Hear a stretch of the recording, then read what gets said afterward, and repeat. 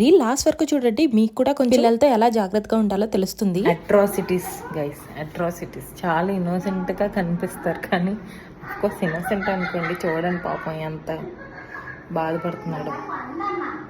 ఏదైనా మా ఆయన్ని అలాగా గుద్దేసి రక్తం వచ్చేసరికి నాకు కోపం వచ్చింది. నా కొడుకు అయినా కూడా నాకు కోపం వచ్చేసింది.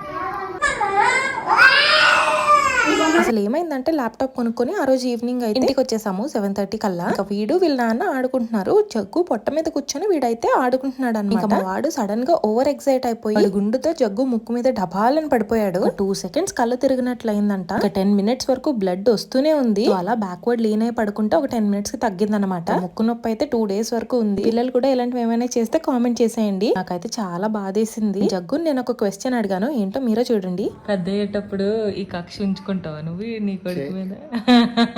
పని చెప్తావా ఇలాగా ముక్కులోంచి రక్తం వచ్చినట్టు కొట్టేవరా నువ్వు అనేసి? తెలిసి తెలియని వయసు అడిది. నాకు నీ అంత పేషెన్స్ లేదు. అందుకే మా వాడు ఎందుకు ఇలా ఏడుస్తున్నాడంటే వాడిని ఎత్తుకోలేదని. ఎందుకు క్లారిఫై చేస్తున్నాను అబ్బా అంటే, మా అమ్మ ఉందిగా వెంటనే ఫోన్ చేసేస్తుంది వాడు ఎందుకు ఏడుస్తున్నాడని. ఎవరికి ఏమైనా పర్లేదు కానీ మనోడికి మాత్రం ఏం అవ్వకూడదు అనమాట. నేను కొట్టానేమో అని వెంటనే ఫోన్ చేసేస్తుంది. అందుకే రీల్ లాస్ట్ వరకు చూడమని ముందే చెప్పాను. సో కిడ్స్ జాగ్రత్తగా ఉండాలి. Next video until then by.